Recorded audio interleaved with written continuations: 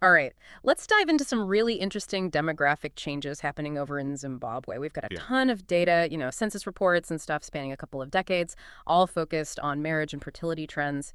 We're going to try to figure out how these two, parts of life are connected and how they've shifted over time in Zimbabwe. Yeah, and it's not just about like how many kids people are having. We're going to look at marriage through like a cultural lens. Yeah. Family and societal expectations in Zimbabwe. Right, like the whole picture. So we're going to be like time travelers, right? We've got these censuses from 1992, 2002, and 2012.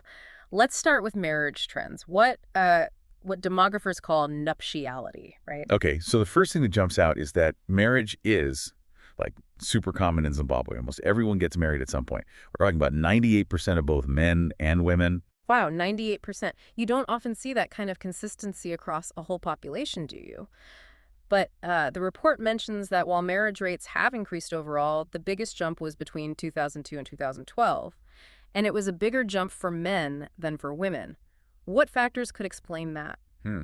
Well, if we think about what was happening in Zimbabwe during that time, the early 2000s were a really rough period.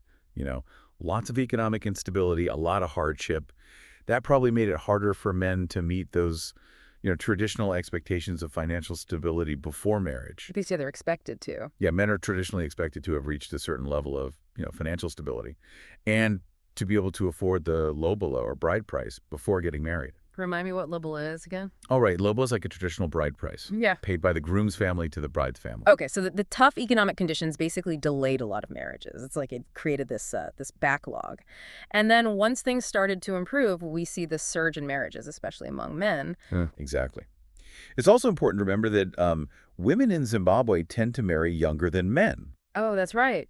This difference is likely because of, different cultural expectations about what maturity for marriage really means. Right. It's different for men and women. Yeah, for women, reaching menarche is often seen as a key indicator of readiness, while men are, as we said, expected to have achieved a certain level of financial stability and be able to afford the lobola. Okay. Yeah, that makes sense given the cultural context. But there's another major factor that impacted marriage trends in Zimbabwe, right?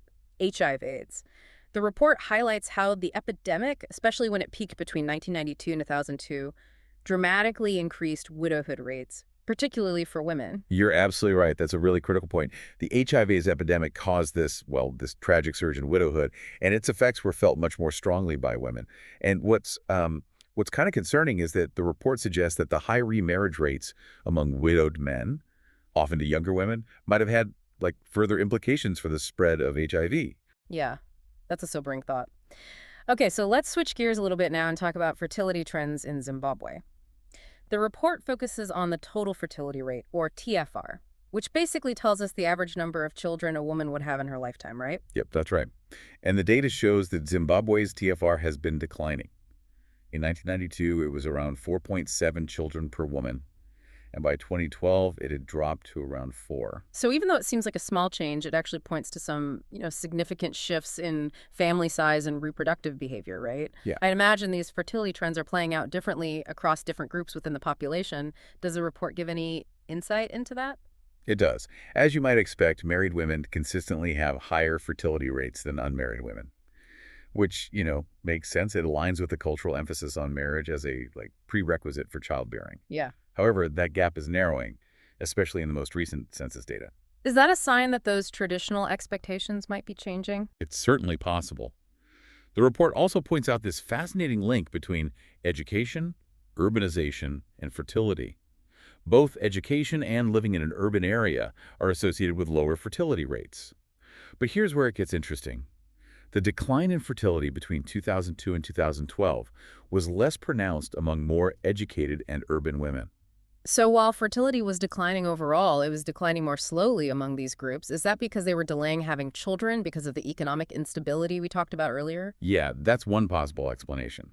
During times of uncertainty, even highly educated women might choose to postpone starting a family until they feel, more financially secure. Yeah, it seems like economic uncertainty had a, ripple effect across different areas of life in Zimbabwe. It really did. And it raises a really interesting question about the link between the rise in marriage among, young men between 2002 and 2012 and the fertility patterns we were just talking about. Oh, yeah, that's a good point. You think that while more educated women were delaying having children, younger, less educated women might have been following those traditional expectations and starting families earlier. That's definitely a possibility. Remember, we were talking about how marriage is often seen as like a gateway to having kids in Zimbabwean culture. The increase in marriages among young men could have provided that gateway, contributing to continued fertility among younger women. It's so interesting how all these different factors are like intertwined. We've got economics, cultural norms, individual choices, Yeah. all shaping the demographic landscape. And the report makes this really interesting argument about how both development and a lack of development can actually contribute to Zimbabwe's declining fertility rate. Right. It might seem a little counterintuitive at first, but it makes sense when you think about how those forces operate. Okay, so walk me through that a bit more. Sure. So on the one hand, you have development, and through things like increased education and urbanization, that tends to lead to smaller families. Right. Educated women, especially those in urban areas, often have, better access to family planning, more career opportunities, and just different aspirations for their lives. Yeah, they've got more options. Exactly. And all of these factors can contribute to lower fertility rates. Okay, I get that part. But how does a lack of development or like economic hardship contribute to smaller families? Well, imagine, living in a situation where economic prospects are uncertain and resources are limited. In those circumstances, you might decide to have fewer children simply because you're worried about being able to provide for them. That makes sense. It's like a practical decision. Exactly. You're making a rational decision based on your circumstances. So both paths, development with its emphasis on education and opportunity, and a lack of development with its economic constraints, can actually lead to similar outcomes in terms of family size. Exactly. It shows how complex these demographic trends really are. They're rarely driven by just one single factor. And looking ahead, it makes predicting the future of Zimbabwe's population pretty challenging. Like the fertility rate seems to have plateaued around, 3 or 4 children per woman. What factors could cause that rate to rise or fall in the future? Yeah, that's a big question, isn't it? What should we be paying attention to?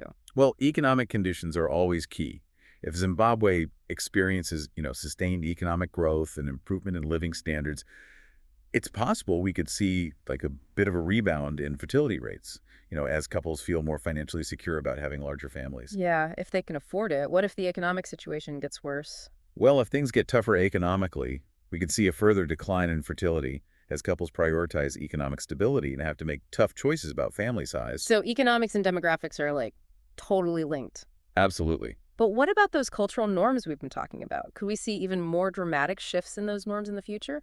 Definitely. It's important to remember that cultural norms aren't fixed. They change over time. They're influenced by, all sorts of factors.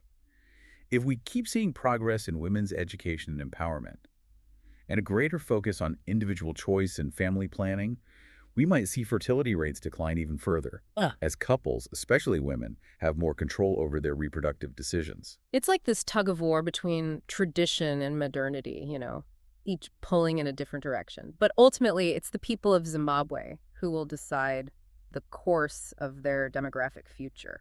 That's a great way to put it. And this actually leads us to a really important point that the report highlighted in its recommendations: adolescent pregnancies. Yes, the report really emphasized the need to address rising rates of adolescent pregnancies. Why is that such a, pressing issue? Well, adolescent pregnancies can have a whole bunch of negative consequences. They often disrupt education, limit future economic opportunities, Yeah. and can have, serious health implications for both young mothers and their children. So it's not just a personal issue, it's a societal challenge that Zimbabwe needs to deal with. Exactly. And the report's call to action urges us to go beyond just observing these trends. It encourages us to be active in shaping a future where all Zimbabweans, regardless of age, have the chance to thrive. And that's where our listeners come in, right? This Yeah. report gives us so much information about Zimbabwe's changing demographics, but it also pushes us to really think about what kind of future we want to create. Exactly. If you were in charge of designing a program to address adolescent pregnancies in Zimbabwe, what would be your top priority? What kind of interventions do you think would be most effective? Those are questions worth considering. It's like the report is challenging us to do more than just learn about these issues. It's asking us to think about solutions. So as we kind of wrap up our deep dive into Zimbabwe's demographics, I'm struck by how much we've learned. We've uncovered this really complex and fascinating story about marriage and fertility and all these forces that shape them. Yeah, it's really cool how Zimbabwe's demographic future isn't like set in stone. It's a story that's still being written, with each person and each generation playing a part. Yeah, it's like a choose your own adventure novel for a whole country. The decisions they make today will like totally affect what happens next. Exactly. That's why it's so important to have these conversations about demographic trends.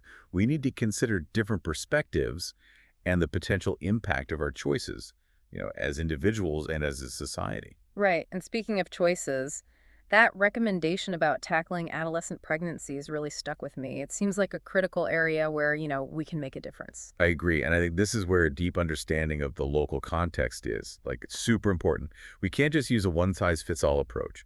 Solutions need to be tailored to the specific needs and challenges that young people in Zimbabwe are actually facing. So where do we even start? If you were going to design a program to like address this issue, what would your first step be? Hmm. Well, I think a multi-pronged approach is really important.